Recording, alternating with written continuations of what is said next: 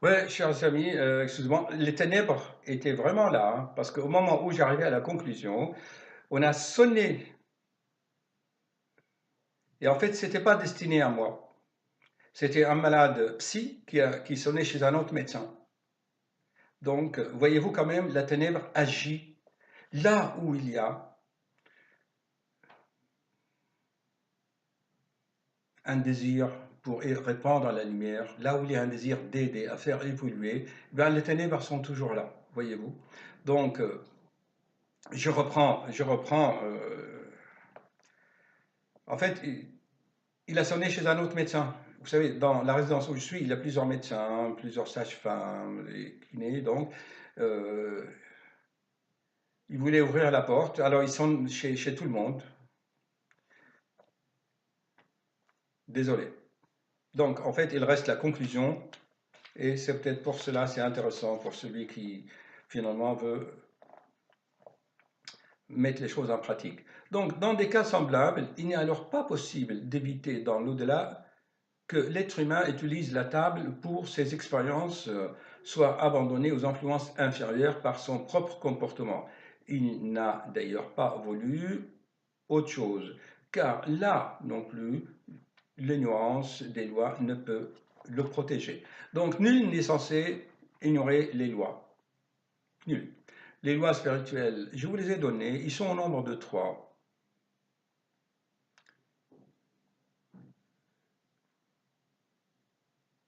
Pour beaucoup, avec ces faits, maints événements restent inexplicables, jusqu'à présent seront élucidés. De multiples contradictions mystérieuses trouveront leur soutien et il faut espérer que dorénavant, de nombreux humains ne toucheront plus à un jouet aussi dangereux. Donc voilà le but du message, hein, éviter le charlatanisme. Mais vous pouvez l'éviter l'hypnose ou les autres si vous n'avez pas connaissance de véritables lois. Écoutez, j'ai réanimé des arrêts cardiaques avec les SAMU de Paris, je sais quand même de quoi en parler. Euh, il y a quand même la physiologie de l'être humain quand même, hein. À présent, de la même façon détaillée, les dangers de toutes les autres expériences qui sont bien plus grands et plus forts peuvent être décrits. Mais cela suffit pour l'instant avec ces choses les plus usuelles et les plus répandues. Seul un autre danger doit encore être mentionné. Par cette façon de poser des questions et d'attendre des réponses et des conseils, les gens se rendent très tributaires et devient dépendant, ce qui est à l'opposé du but fixé à la vie terrestre. Donc les gens de nos jours, donc ils deviennent dépendants, addicts à ces choses-là, addicts des gourous. Alors que le but de la vie, c'est quoi? C'est d'être indépendant, hein, psychologiquement, indépendant dans toute chose, indépendant. Le chemin est faux dans toutes les directions. Il n'apporte que préjudice, nul profit. C'est une...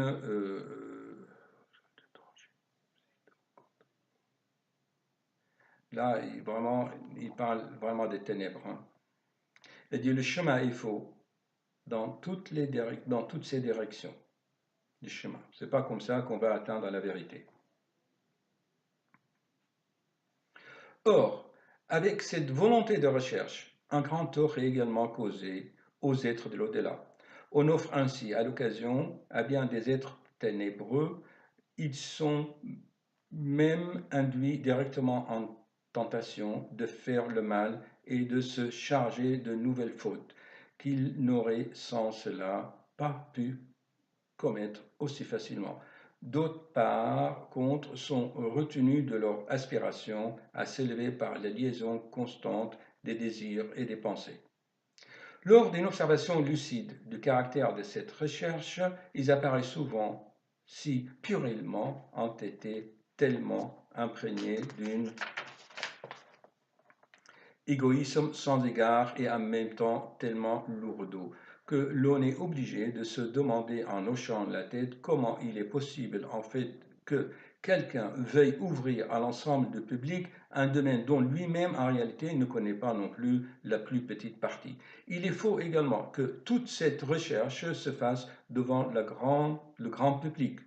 On donne ainsi libre cours aux exaltés et aux charlatans et on rend plus difficile à l'humanité de gagner leur confiance.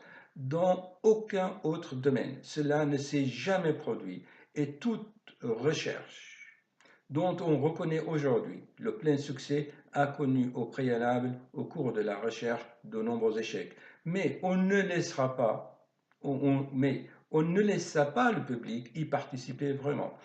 Il s'en serait lassé et avec le temps, y aurait perdu tout intérêt. Il s'ensuit que, lors de la découverte finale de la vérité, la force principale de l'enthousiasme bouleversant et convaincant devait se perdre auparavant.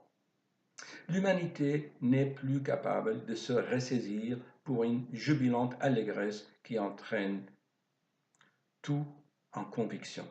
Lors de la reconnaissance de fausse foi, les échecs deviennent des armes acérées dans les mains de nombreux ennemis qui, avec le temps, peuvent inspirer à des centaines de milliers d'êtres humains une méfiance telle que ces malheureux ne voudront plus examiner sérieusement la vérité lorsqu'elle se présentera par pure crainte d'une nouvelle déception.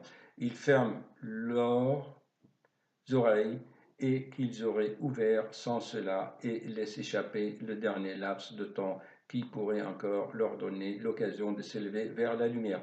Ainsi, les ténèbres ont-elles obtenu une nouvelle victoire? Ils peuvent en remercier ces chercheurs qui leur ont tendu les mains et qui se hissent volontiers et fièrement à la direction des sciences modernes de l'esprit.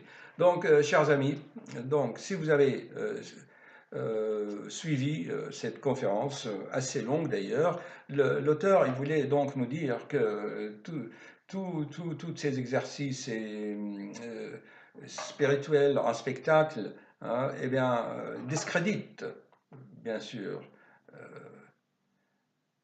la recherche de la vérité. Et comme il le dit,